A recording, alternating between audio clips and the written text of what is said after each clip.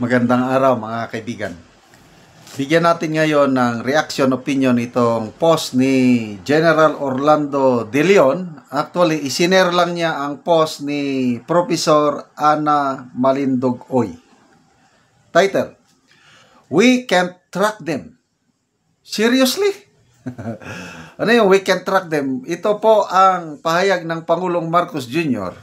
sa mga ghost na flood control projects. Wala, hindi daw matrack o kuan ang mga Ay, nako. Ito, President Marcos Jr.'s reaction to the controversy over ghost projects was dramatically theatrical. Ito ang kanyang exact word. "We can't track them. Maybe it went through several layers of subcontractors, leaving no records. I am angry." What? Walang records? Imposible. Palusot? No records? Ay, grabe. "Excuse me," sabi ni Professor Ana Malindogoy, "that's not an explanation. In Philippine Public Works, no records doesn't happen unless agencies are breaking the law or playing dumb." Agree. DPWH, wala kaming record. Niluloko tayo ng DPWH. Tapos hanggang ngayon, ayaw pang sibakin ang secretary ng DPWH. Imposibleng walang record. Okay, let's be clear. Under Government Procurement Act, RA 9184, every single government project must leave a paper trail. Bid invitations, bid and awards committee, resolutions, abstracts of bids, notices of award, contracts, progress billings, and acceptances. Correct. These aren't optional memos to be misplaced. They're legally required and much of it must be posted on PhilGIPS. Ano pa itong Philippine Government? Parang ganon. I-post the official e-procurement portal. Oh, that means the contractor's identity and contract details should be retrievable in minutes. Hindi nila ginawa ito kasi nga talagang brinek nila ang law. Parang wala ng gobyerno. Yung mga gumawa nito, kayang-kaya na. Sige na, tayo nang bahala dyan. May weak leader naman yan. Pasagdan mo na lang yan. Pabayaan mo na lang yan. And if an agency somehow loses, nawala, loses the files, sabi nila, nawala namin the Commission on Audit has copies. By law, COA preserves vouchers and supporting documents for at least 10 years. So when the President says that records don't exist, he's effectively admitting either the agency never complied or Malacanang never bothered asking COA. Neither inspires confidence. Ano ba yung sabi ng Pangulo na we can track them? Sino may nag-imbestiga na ba? O siya lang munang nag-imbestiga? Pa-imbestiga para matrack ang record. Nagbo-volunteer si Mayor Magalong. Si IDG chief yan. Magaling na investigator. Nagdaan na siya ng maraming investigasyon. Ayaw niya Anong ibig sabihin? Gusto ba niya talagang ma-uncover ang katotohanan? Pakitang tao lang. Grabe. The subcontracting excuse is even weaker.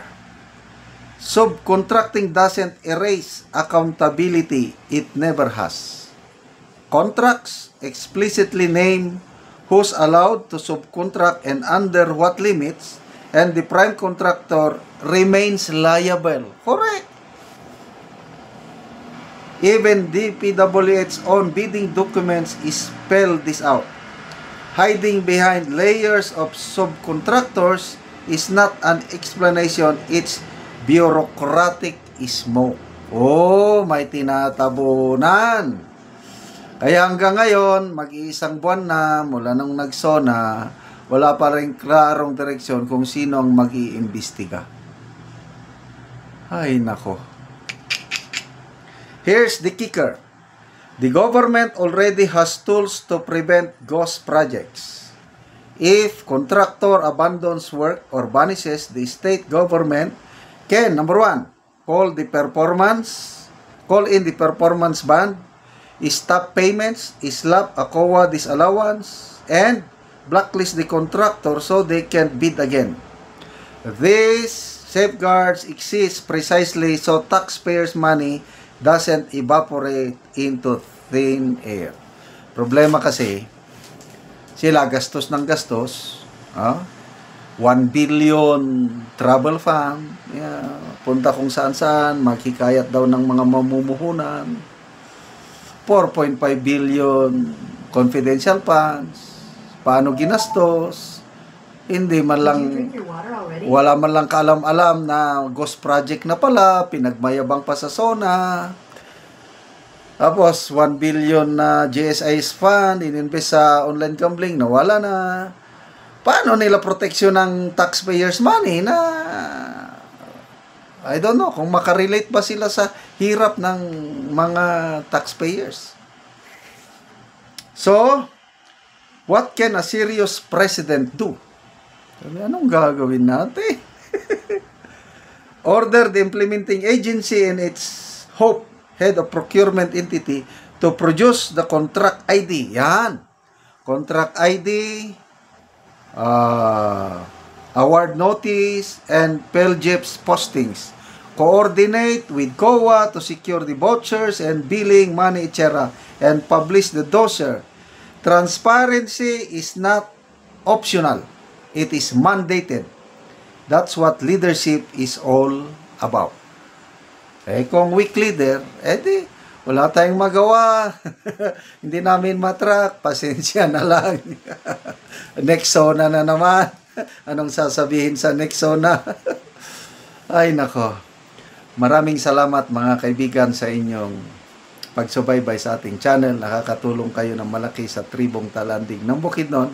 Dahil ang sweldo natin sa channel na ito pantulong sa tribo.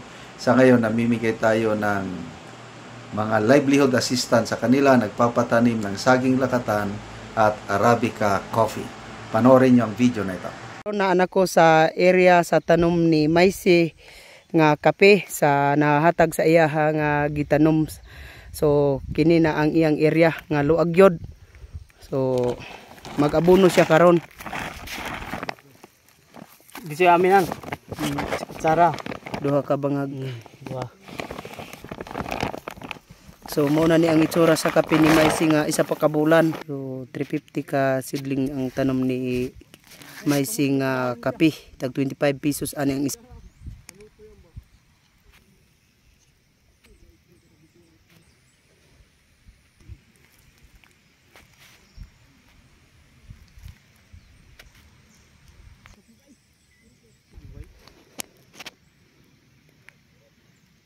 Karon human sa pag-abono ni Maisi sa iyang tanom nga kape, naga-spray na pod siya sa Rumix o Karate.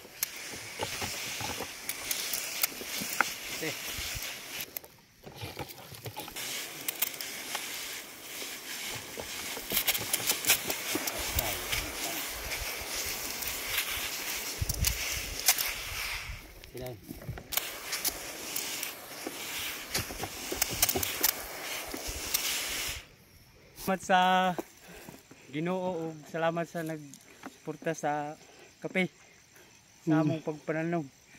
Ayos startingan.